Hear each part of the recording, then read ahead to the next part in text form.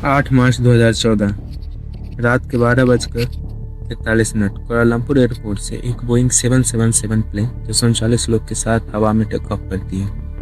Weather clear था, pilot experience थे, सब कुछ नॉर्मल था, कोई टेंशन नहीं थी। और फिर 38 मिनट बाद वो प्लेन रडार से गायब हो गया। कोई मेरे कॉल नहीं, कोई डिस्टर्ब सिग्नल नहीं, कोई एक्सप्लेनेशन नहीं। बस एक प्लेन 239 लोग के साथ हवा में कहीं गायब हो गया। और आज 12 साल बाद भी कोई नहीं जानता वो प्लेन गया कहाँ। तो बात करते हैं उस रात की जब मलेशियन एयरलाइन फ्लाइट 370 कोलालमपुर से बीजिंग जा रही थी। रफली 6 घंटे की फ्लाइट थी, बिल्कुल रूटीन ट्रिप। प्लेन में 227 पैसेंजर थे, अलग अलग देशों के। कोई अपने घर जा रहा था, कोई बिजनेस ट्रिप पे, कोई फैमिली से मिलने जा रहा था। इन्हें बिल्कुल भी आइडिया नहीं था कि उस रात क्या होने वाला है। कैबिन क्रू के 12 मेंबर थे जो पैसेंजर का ख्याल रख रहे थे।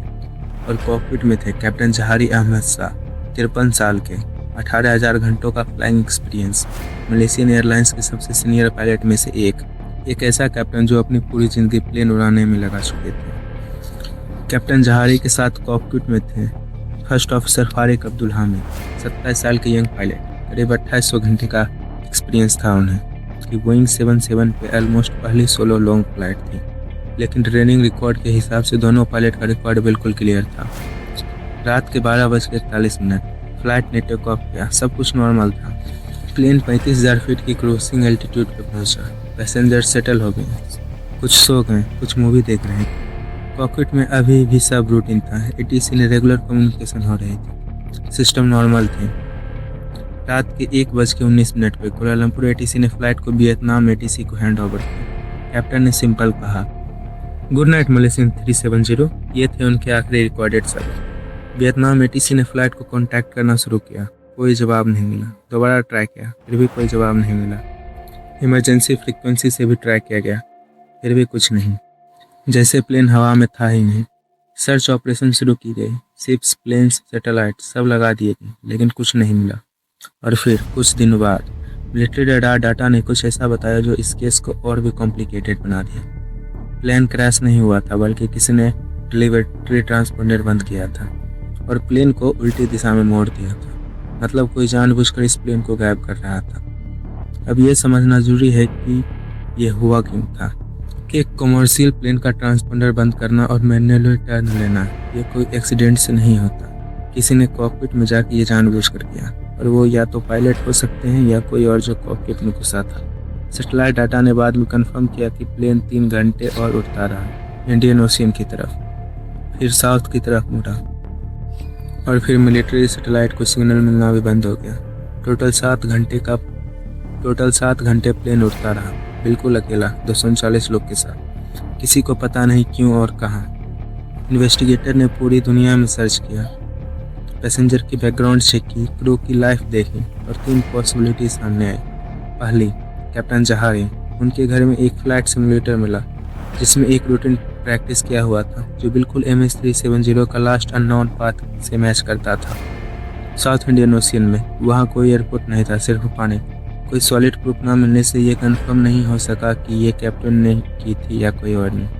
दूसरी possibilities, first officer Fariq Abdul Hamid, लेकिन इन्वेस्टिगेटर को उनके अगेंस्ट भी कोई स्ट्रॉन्ग एविडेंस नहीं मिला। तीसरी और शायद सबसे अनसेटलिंग पॉसिबिलिटीज, क्या कोई पैसेंजर कॉकपिट में घुस गया था साइलेंटली, बिना किसी को पता चले। कॉकपिट डोर उस वक्त लॉक था। आज तक ऑफिशियली कोई भी आंसर कंफर्म नहीं है। कोई नहीं जानता उस रात हुआ क्या था। दुनिया का सबसे एक्सपेंसिव सर्च ऑपरेशन शुरू हुआ। $200 मिलियन से ज़्यादा खर्च हुआ। 4 साल तक 26 देश इन्वॉल्व थे। दुनिया की most advance under water technology use की गई। 2015 में फ्रेंच आइलैंड यूनियन पे बोइंग 777 का एक हिस्सा मिला। फ्लैपियन DNA टेस्टिंग और सीरियल नंबर से कंफर्म हुआ कि यह मलबा MS-370 का ही था, लेकिन सिर्फ एक हिस्सा। बाकी प्लेन आज भी इंडियन ओशियन की गहराइयों में 4 किलोमीटर नीचे अंधेरे में कहीं दबा है। सर्च बंद कर दिया गया क्योंकि इतना पैसा और इतना वक्त देने के बाद भी कुछ नहीं मिला। इस पूरी कहानी में जो चीज़ सबसे ज़्यादा दिल को लगती है वो ये है कि 239 लोगों के घर वाले आज भी जवाब ढूंढ रहे हैं। एक माँ अपने बेटे का इंतज़ार कर रही थी, एक बेटी अपने बाप की। उन्हें पता नहीं उनका अपना गया कहाँ, क्या हुआ उनके साथ, क्या वो सेफ है। कोई क्लोजर नहीं है उनके लिए, और वो जवाब शायद कभी मिलेगा भी नहीं। MH370 दुनिया का सबसे बड़ा एविएशन मिस्ट्री है जो आज तक अनसॉल्व है। इतनी टेक्नोलॉजी, इतना पैसा, इतने साल, फिर भी कोई जवाब नहीं। अगर प्लेन कभी मिलता है तो शायद हम जान पाएंगे कि इस रात सच में हुआ क्या था। लेकिन अभी के लिए ये सिर्फ एक मिस्ट्री है जो हर सवाल के साथ और गहरा होता जाता है। आप बताओ कमेंट्स में आपको क्या लगता है, क्या हुआ होगा उस रात। और अगर आपको ऐसे ही रियल एविएशन स्टोरीज पसंद है तो सब्सक्राइब करें हमारे चैनल को, क्योंकि अगली वीडियो में एक और ऐसी ही कहानी लाना है जो शायद आपको सोचने पर मजबूर कर दे। तब तक के लिए thank you, love you all.